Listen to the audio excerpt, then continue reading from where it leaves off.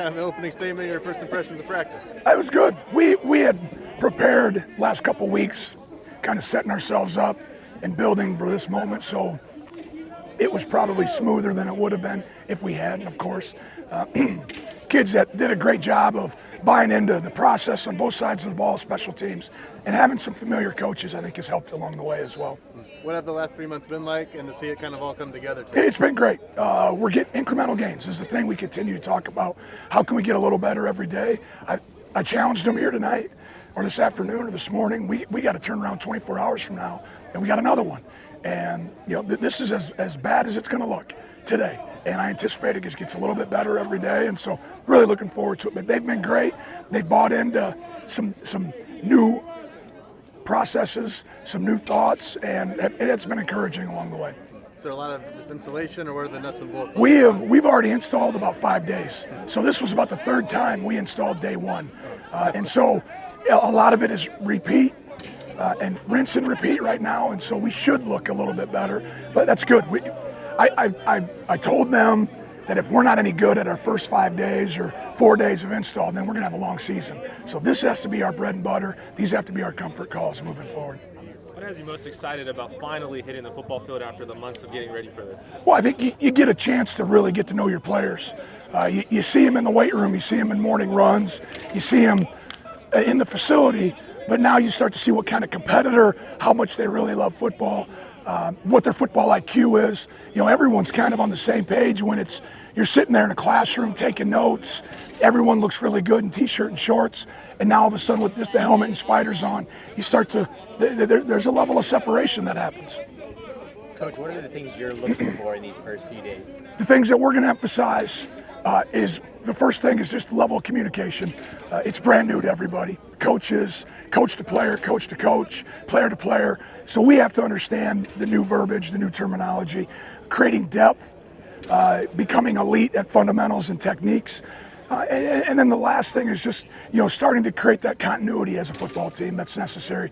This is a unique sport. You got 100+ players that you have to, galvanize and align all together to win games. And so that's what we're trying to do as well.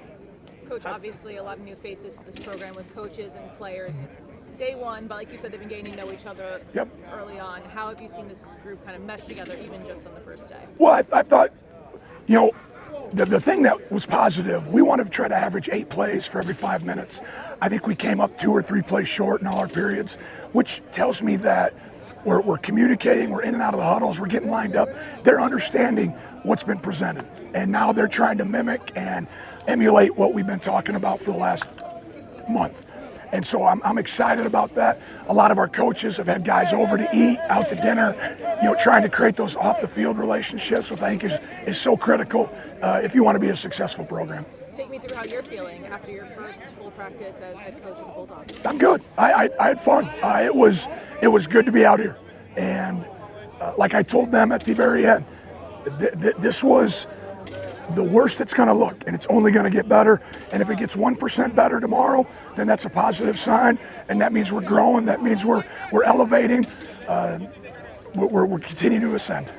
Did you lose the voice in the middle of practice, or has it been long? Oh, guys, it doesn't take much for me to lose my voice. That is something that I unfortunately do all the time, but it's usually about halfway. Once I get involved, Coach Baxter allows me to get involved in some of the special teams drills, and I'm probably not in as good a vocal shape as I used to be. And all the quarterbacks are starting from square one, but what's going to be important to you, to the quarterback battle winner at the end of this thing? Being able to control the huddle and accuracy. Take what they give us, turn it into a positive place. We have playmakers on the perimeter. We have playmakers at the tight end position, at the running back position. Get them the ball, let them make plays in space. Thank you, Coach. Thank you. Obviously, at the end of last year, a lot of changes with this program, but you never wavered. You said, I'm going to be a Bulldog. I'm sticking around here. What was that? Was that even a thought for you, or you knew I was going to be here no matter what? This home, I don't see myself leaving. I mean, nothing really told me to leave, so stick with it. After last year, we saw flares of you towards the end of the season. How have you grown throughout the offseason and improved getting ready now for your second year?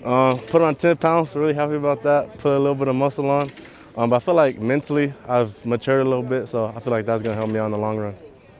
Bryson, you're still very young, but I mean, how have you kind of taken another step to try and be a leader of this offense? I mean, that's what Coach Entz is challenging me to do, so I'm going to give him my all, try to lead. It sounds like this offense may be a little more running back friendly. Can you share what you know so far? We're going to run the ball, and I love it. I mean, it's what a running back's dream, being an offense that runs the ball, so living the dream. How different is it for you from this time 12 months ago? I mean, this is your first spring ball, right? Yeah, last 12 months ago, I was in high school still, just slacking off, doing high school kids do, but now I'm putting the work in. And how do you feel about making that jump so quickly? Is it something you embrace or something you're still getting used to? I'm embracing it, but you got to know it comes with it, so this next step, can't let it like overwhelm you, just got to keep going. Thanks, Bryson. Yeah. How nice is it to have Coach Pryor back, that continuity? That's my guy, man. Last year, we picked up right where we left off, so I feel like he's going to make me better and push me to be the best player I could be. Take us through day one of spring practice, kind of what you guys ran through and how just your feeling overall. Day one, so you got like install one, things like that. Can't give you too much info on the install. But yeah, just install our bread and butter plays, trying to just master that. Do you feel like that style of running that you guys are going to have, it fits your game? Oh, of course. I mean, anytime I get to run the ball, that's my style. So yeah, I like it. What's it like having your cousin out here too on the O-line? Oh, it's good. I haven't seen him in a while. He was in, where was he at? Snow College. So it's been a while since I've seen him, but it's good to reconnect with him now. We're good? All right, thank you. How you feeling out there? Feels great, you know, great to be back on the field with my guys, my brothers, my friends. Even with the new coaching staff, it's amazing to be back and everything. How well are you meshing with the new coaching staff? Very, very well. You know, I love Coach Davis, love Coach Entz. The new coaching staff has been wonderful to meet them, meet their families, and being able to, you know, build that chemistry. Tell us a little bit about how you've grown as a player throughout the offseason. Grown as a player throughout the offense, it's been amazing. Being able to take, you know, seeing everything different through Coach Davis's eyes, Coach Entz's eyes, and then how it is from my own.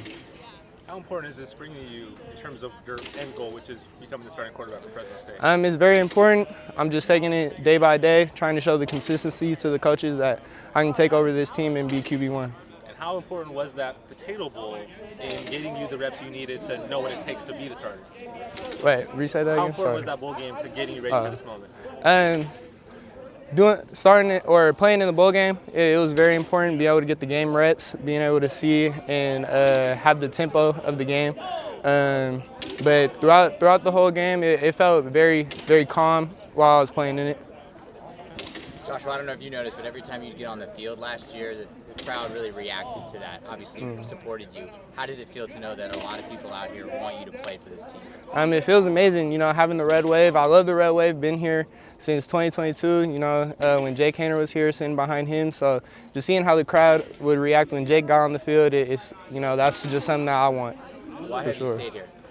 Stayed here because I love Red Wave, being here, being with the coaches. Even though it's a new coaching staff, you know, they believe in me. Everyone here believes in me. And so why leave?